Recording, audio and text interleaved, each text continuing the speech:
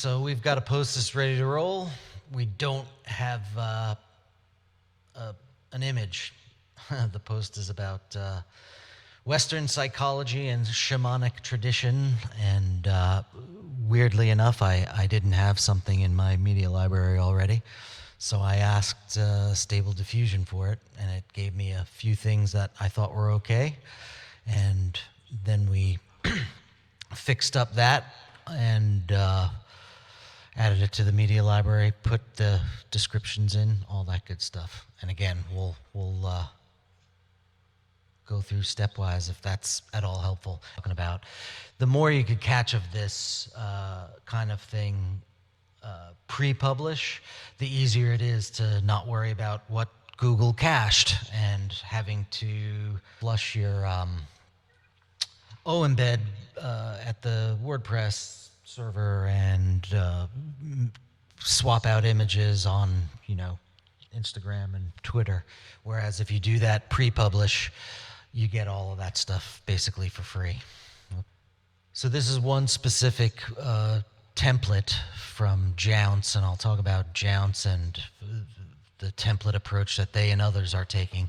I think it's very helpful for folks who aren't used to, coding against us, so working in Python or working directly at API level with some of these tools. These, in the last 3 to 6 months, a bunch of these templates come out and they prompt your prompt. So that was looking for a perfect headline. I fed it some stuff about shamanic tradition and Western psychology. It gave me some very serviceable answers that I could use for all of the above. This is a specific thing from Publer. One of the interesting things, Publer's pretty good with current, more newsy items. All of the GPT stuff, the large language model stuff on which a lot of tools are built, aren't current, by design. They're based on a model that's been built over a specific period of time, a snapshot of time. So they don't know what happened yesterday or last week. They're really good at, evergreen stuff. And we normally have a lot of both of that, right? So using another tool in tandem helps. Here's another very specific Jounce template called Tweet Machine, which again takes a lot of the, it's structured, it prompts you for input so that it can structure your request the way that the robots like to hear it. And then again, it comes up with something that's ready for review and updates. None of this stuff is final product, right? Or you don't want to think of it. We run into plenty of pure robo content in our daily travels. There's lots of hashtags here, and there's lots of all sorts of other things that you want to look at, right? Eyeball, edit, have the team look at, have your marketers or whomever it is you're working with review what the robots are suggesting, because it's not perfect off the bat. I work with screenshots from phones and tablets and desktops all day, every day, for multiple purposes. And just arriving at a place where you get text out of the image, OCR, optical character recognition, that immediately helps you with descriptions. It helps you with the alt text, which helps with accessibility and with SEO.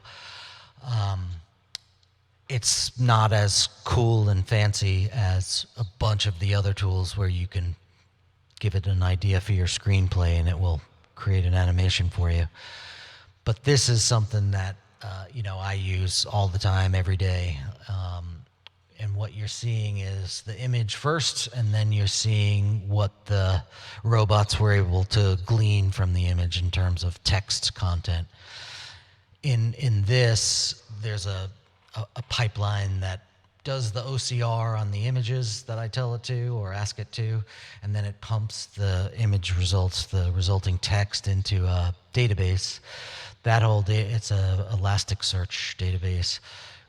WordPress is very friendly with Elasticsearch, and it helps all around. It's very good for really beefing up your media library, but there's lots of other ways to do it too. There are, little tools that you could run in Windows and Mac OS. There are websites. I think Google Docs does it. Probably your phone does it. If you take screenshots, you can ask your phone to do the OCR for you. But there's tons and tons of uses for it, and if it's interesting, we can follow up with some scripts and cookbooks and recipes and all that kind of stuff.